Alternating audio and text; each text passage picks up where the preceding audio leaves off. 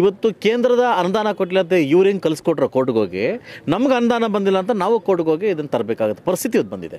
ನಾವು ಸೆಷನ್ಗಿಂತ ಮುಂಚೆ JDS ಮತ್ತು BJP ಶಾಸಕರು ಎಲ್ಲ ಶಾಸಕರು ಸೇರಿಕೊಂಡು ನಾವು ಕೋರ್ಟ್ ಮೆಟ್ಲೇರ್ತಾ ಇದ್ದೀವಿ.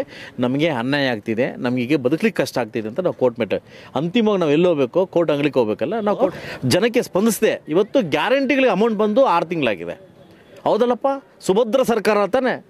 ನನಗೆ ಖಜಾನದಲ್ಲಿ ದುಡ್ಡು ಖಾಲಿ ಆಗಿದೆಯೋ ಇಲ್ಲ ಸೀಟಿನ ವ್ಯಾಮೋಹ ಜಾಸ್ತಿ ಆಗಿದೆಯೋ ಏನಂತ ಗೊತ್ತಾಗ್ತಾ ಇಲ್ಲ. ಇಲ್ಲ ಸೀಟಿನ ವ್ಯಾಮೋಹ ಜಾಸ್ತಿ ಆಗಿದೆಯಾ, ಒಂದು ಗುಂಪು ಸೀಟ್ ಕಿತ್ಕೊಬೇಕಂತ, ಇನ್ನೊಂದು ಗುಂಪು ಸೀಟ್ ಹುಡ್ಕೊಬೇಕಂತ. ನೀವೇ ನಿಮ್ಮ ಕಣ್ಣಾರ ನೋಡ್ತಿದ್ರಲ್ಲ, ಅನುದಾನ ಬಗ್ಗೆ ಹೊಸ ಶಾಸಕರದವ್ರದ್ದು ಕನಸಷ್ಟೇ. ಅನುದಾನ ಯಾವುದೇ ಕಾರಣಕ್ಕೆ ಇದುವರೆಗೂ 2.5 ವರ್ಷ ಆಗಿದೆ. ಮೊನ್ನೆ ಸ್ಟಾರ್ಟಿಂಗಲ್ಲಿ ಒಂದು 10, ಮೊನ್ನೆ ಒಂದು 25-35 ಕೋಟಿ ಬಿಟ್ಟರೆ ಯಾವುದೋ ಅನುದಾನ ಕೂಡ ಬಂದಿಲ್ಲ 2 ವರ್ಷದಲ್ಲಿ.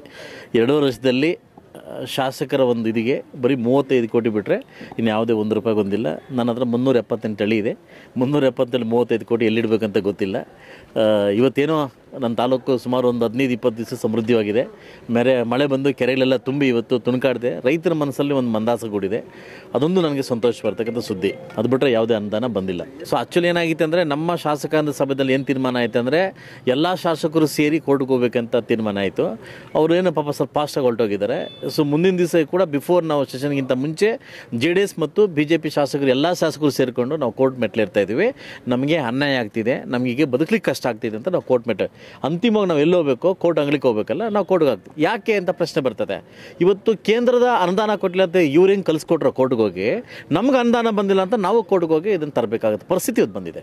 ನನಗೆ ಖಜಾನದಲ್ಲಿ ದುಡ್ಡು ಖಾಲಿ ಆಗಿದೆಯೋ ಇಲ್ಲ ಸೀಟಿನ ವ್ಯಾಮೋಹ ಜಾಸ್ತಿ ಆಗಿದೆಯೋ ಏನಂತ ಗೊತ್ತಾಗ್ತಾ ಇಲ್ಲ. ಇಲ್ಲ ಸೀಟಿನ ವ್ಯಾಮೋಹ ಜಾಸ್ತಿ ಆಗಿದೆಯಾ, ಒಂದು ಗುಂಪು ಸೀಟ್ ಕಿತ್ಕೊಬೇಕಂತ, ಇನ್ನೊಂದು ಗುಂಪು ಸೀಟ್ ಹುಡ್ಕೊಬೇಕಂತ. ಈ ಪರಿಸ್ಥಿತಿಯಲ್ಲಿ ಶಾಸಕರೇ ಮರ್ತೋಗಿದ್ದಾರೆ. ಕರ್ನಾಟಕ ರಾಜ್ಯವನ್ನೇ ಮರೆತುಬಿಟ್ಟು ಒಂದೊಂದು ದಿವಸಕ್ಕೆ ಒಂದೊಂದು ಏನಂತಂದರೆ, ಒಂದೊಂದು ದಿವಸ RSS, ಇನ್ನೊಂದು ದಿವಸ ಬೇರೆ ಬೇರೆ ಬೇರೆ ಬೇರೆ ಸಮೀಕ್ಷೆಗಳು.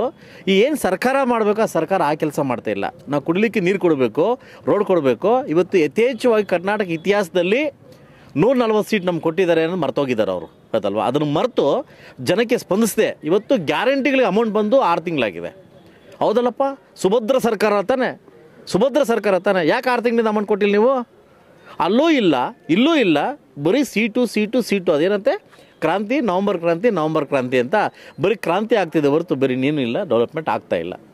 ನಮ್ಮ ಏನು ಬಿಫೋರ್ ಈಗ ಈ ವೀಕಲ್ಲಿ ಏನು ನಮ್ಮ ಶಾಸಕಾಂಗ ಸಭೆಯಲ್ಲಿ ಏನು ತೀರ್ಮಾನ ಆಗುತ್ತಾ ಆ ತೀರ್ಮಾನ ತಕ್ಕಂಗೆ, ನಮ್ಮ ಪಕ್ಷದ ತೀರ್ಮಾನ ತಕ್ಕಂಗೆ ನಾವು ಹೋಗ್ಲಿಕ್ಕೆ ರೆಡಿ ಇದ್ದೀವಿ. ಯಾಕಂದರೆ ನಾನು ಕೂಡ ಪ್ರಜಾಪ್ರಭುತ್ವದ ಶಾಸಕನಾಗಿದ್ದೀನಿ.